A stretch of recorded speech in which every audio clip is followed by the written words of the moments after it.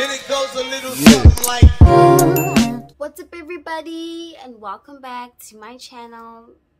I'm ZZ Waters, and for those of you that are watching me for the first time, hi, welcome. Stick around. Okay. Oh my gosh. Wow. How long has it been? It's been a minute. I feel like I've been gone forever and a day. It feels like I've been gone for like an entire year. I apologize for that, people of this world. Like, I don't even know what to say, but I guess I'll be explaining that in this video. But like, before I get into all of that, I would like to thank every single one of you that have subscribed to my channel, the new subscribers. Like, I'm so like touched by everyone that has subscribed to my channel, even though I have not been uploading.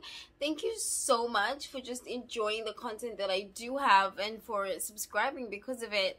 That really means a lot, and I hope you guys stick around for longer and like go on this journey with me, this madness that is called life. I don't even know how to do this. I feel like I'm mad. Anyway, and anyhow, truly though, thank you so much. It means so much to me. And yeah, welcome to the ZZ fam. I hope you enjoy your time with us. So yeah, without further ado, let's get into this video. Okay, let's just get into it. Okay, so I don't have a script really. I'm just gonna speak from the heart, song from the heart, and be honest with you guys, like we're friends, because we are friends, aren't we? I mean, when I do the lives, I feel like we're just friends, you know, nothing else but friends. Okay, so first and foremost, life and soul.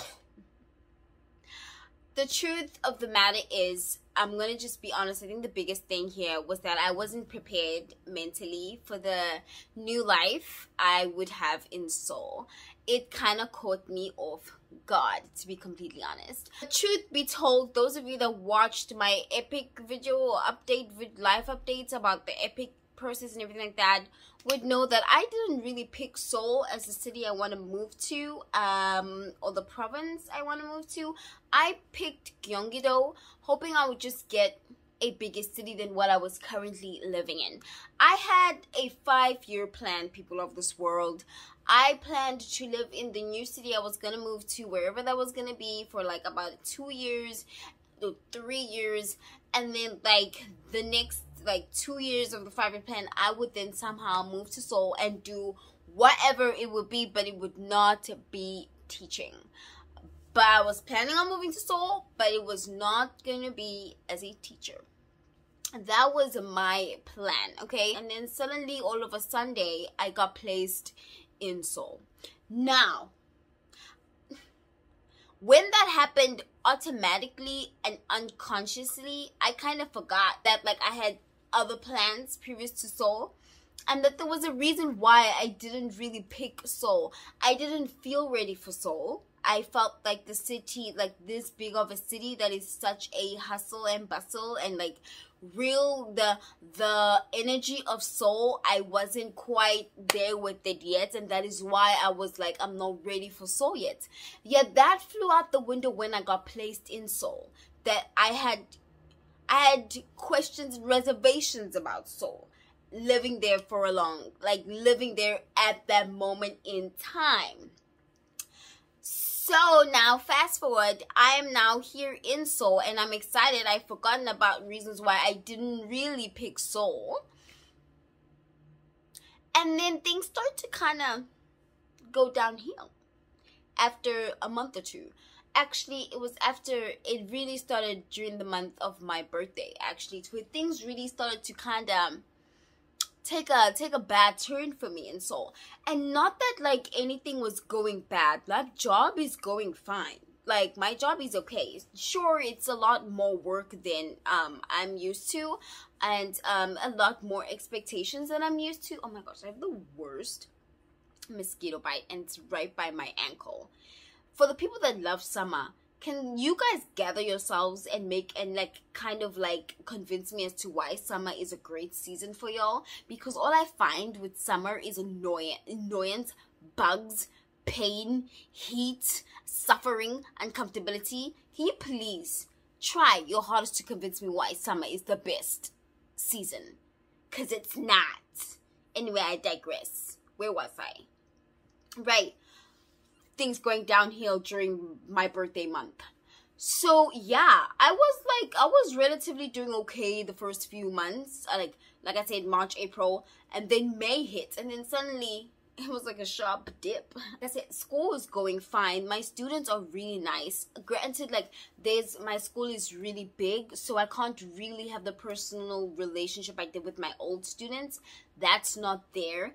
I have great students, even though it's a million of them, but they all great, okay? So like, and the people I work with, I already have like really nice work friends, more than like my previous two schools where I just relied on my co-teacher for my other school and nobody else really. So like, work is fine. I mean, I do tend to stress myself a lot about that, but like, it's fine and everything like that. And my life in school is not like terrible, bad. Like, I meet up with friends and we hang out and we you know, we have a good time. The thing is, and this is what I kind of discovered just recently now, was that soul is pretty much like, how can I say this? Like, you're on your own. Like, you fight for your kind of self, and you like, everybody's hustling, everybody's kind of going for their goals, and everybody's kind of focused on their own life in soul, if that makes sense. And whereas in Yesan, like, it was more of a sense of a community where people kind of take care of each other. Whereas in soul, you fight for yourself, you fight for your life. You know, it's everybody for themselves and God for a soul in soul. And in Yesan, that was the polar opposite. I always felt like people were there for me in Yesan. So yeah, I do have friends in Seoul, and like, I mean, I'm not completely alone, but I don't have that sense of community that I once felt in Yesan. Those of you that know, in Yesan, I had like Ajashi's cafe to go to. Like, Ali would be there, Ajashi would be there, and I always felt like, you know, whenever I needed them, like, I know that where they would be at all times. Yu, the same thing. Like, I could go to Yu's cafe and talk to Yu, and like, we had our book clubs every Wednesday. Like, you know, I had Jisun on me, you know, that I would talk to, that I relied on with a couple of things. And it's like, I had church people with me. I had built a whole community for myself where I knew that, like, no matter what I was going through or like what time of the night something was happening to me, I had somebody to call.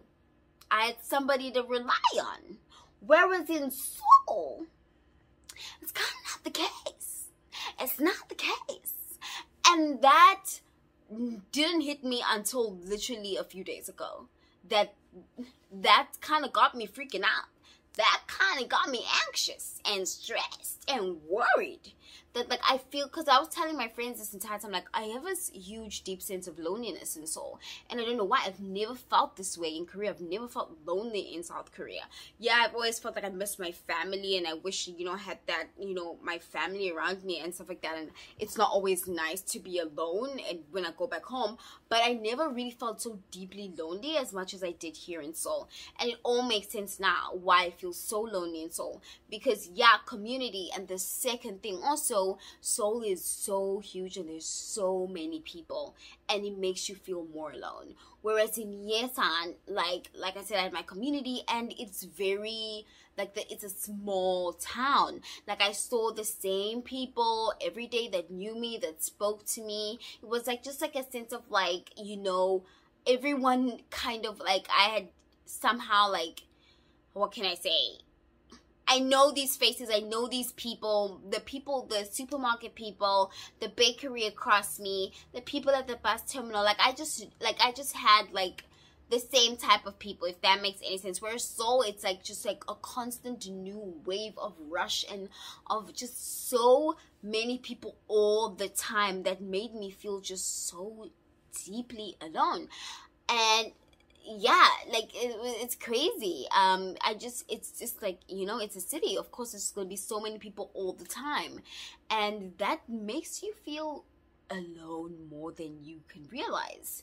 Yeah, and so that was one of my issues too. And then the second thing is like, I started to feel more insecure in Seoul, which is crazier because like in Yesan, when I was like at my biggest, if I'm talking about like physically, like my weight and stuff like that, I was never that insecure as when I'm in, whereas right now in Seoul at my smallest. It's like, what's happening? I was like looking at myself and I'm like, why the fudge? Why the fudge? Are you feeling more insecure at the tiniest you've ever been in like your whole adult life? And whereas in Yesan, I felt really comfortable. I never really felt so bad about myself as how I do now. And I think one of the, like, that has to also do with just like, in the city, there's a lot of like plastic surgery advertisements more than, like, in Yesan, there was like hardly any, there was none, to be honest. Let me frank, there was none. Whereas in Seoul, I'm faced with them every single day. In Seoul, I'm faced with like, young people. There's a lot of young people, a lot of like Korean people dressed up, looking nice all the time. Whereas in Yesan, it was the ajashis and the ajumas and the halmonis and the halabojis and the like the little kids, and then like high school students. It wasn't really that much of people in my age range, like really like looking great and fly.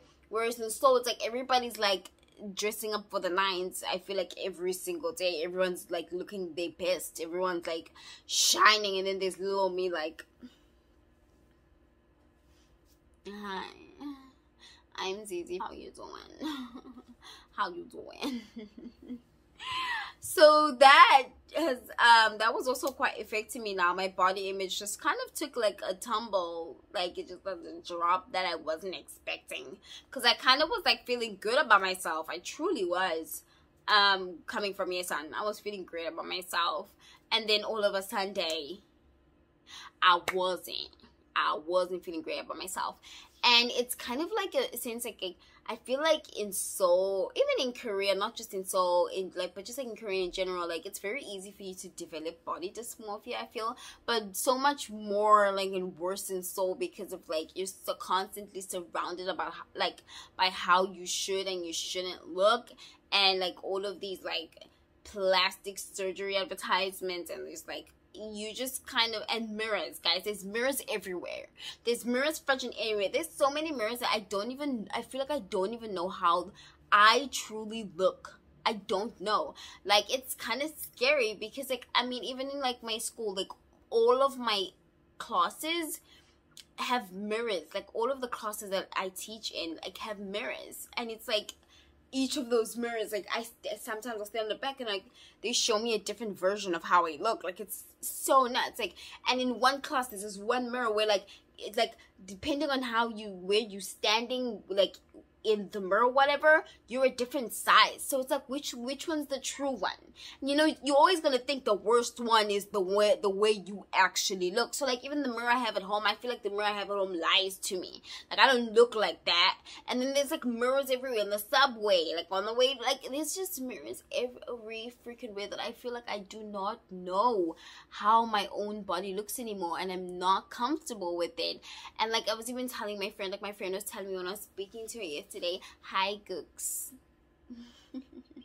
How's it going, boo? Have you found your man yet? Anyway, we only spoke yesterday. But like we were talking and she was like, I really like that picture of you. What's this?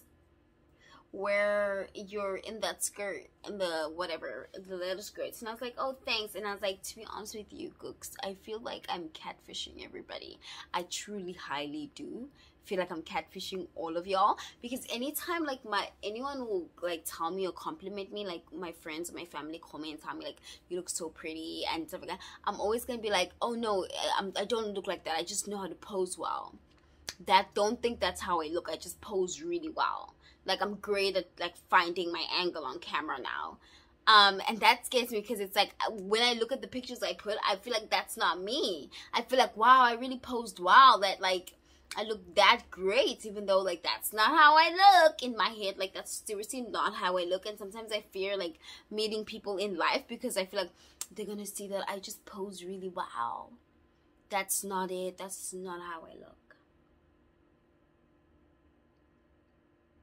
So yeah, I've been going through the most. So like to pick up a camera and like show you guys my life or vlog or pretend like everything's okay is something I couldn't do, because although I'm talking about this right now like it's all a joke and it's all easy and it's like it's not, it's light, it wasn't. It was affecting my health. I mean, up until just last week, really. It's not even like I'm talking about something that's like happened a long time ago and now I'm past it. Like literally just last week it was affecting my health, the whole anxiety, the worry, and the stress.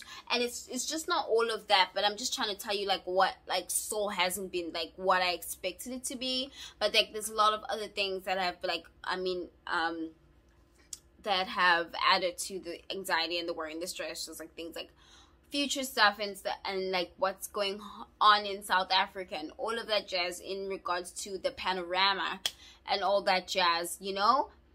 So I couldn't really get myself to pick up a camera and film and because I like to show the positive side. I'm that person. I'm sorry. I just always want to show the good side, the happy side of me. I don't like sad, anxious, worried, scared, afraid Zizi, and I have no way of showing Zizi, the Zizi that's like that, because I barely show that Zizi to my friends or my family. So like to show you guys that, it's like it's just impossible for me. I'm not that person that likes to talk about their struggles. I just kind of talk about them when I'm done with it. And I'm like, you know, once upon a time this happened. Once upon a time this happened to me. I don't talk about it while I'm still going through it, because I'm just like, no. We need to power through. We need to come out on top. We need to survive this, and then we'll tell like everybody, like, you know, that happened to me. I survived it though, because I'm good. You know, Jesus, thank you, Jesus. Father's with me. But yeah, I felt like I needed to tell you guys what's going on, and I felt like, you know, for some reason I'm feeling way much better, way better now, and I want to pick up where I left off, and I want to start again, and I want to start afresh. Not even again, I want to start afresh, and I just want to pick up a camera, film, and like upload for you guys, and just show you guys my mundane AF life in Seoul. Just like show you guys a true representation of what my life is. I'm pretty sure other expats living in South Korea, Seoul, whatever, have different lives. We're all different people, trust and believe me.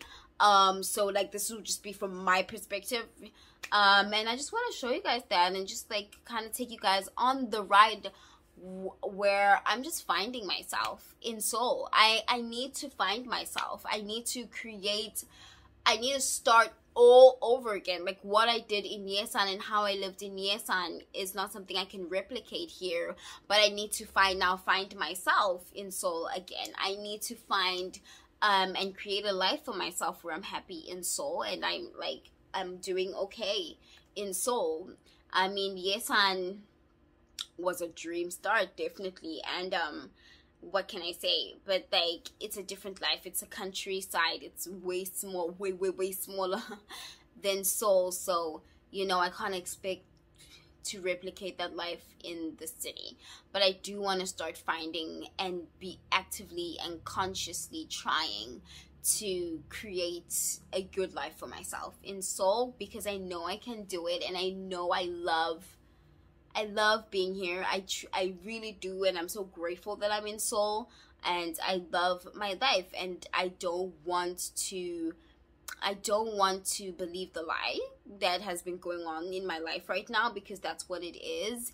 And I know that like if I got Seoul, that means I'm meant to be in Seoul, and that means I've got something to do in Seoul.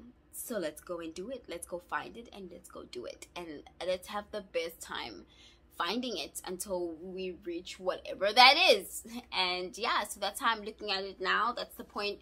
That is the perspective I'm taking. Yeah, I'm sorry about filming like this and stuff like that. I'm still trying to figure out where I'm going to fall in this shoebox. But yeah, for now, this is what I'm going to say. And I do have a vlog coming up for you guys from Busan. But like, I'm not just going to show that. I'm just going to show kind of like my life, really. And yeah, I hope you guys, you know, stick around with me in this new chapter. I don't know if I should make a series called Finding Soul. Would that be good? Where you guys kind of come with me on the journey in like building my life and soul. Tell me guys what you guys think in the comment section down below. I've missed you guys so freaking much, and I can't wait to start this journey with you guys, and I can't wait to grow again together, and just have a good time and have a good life.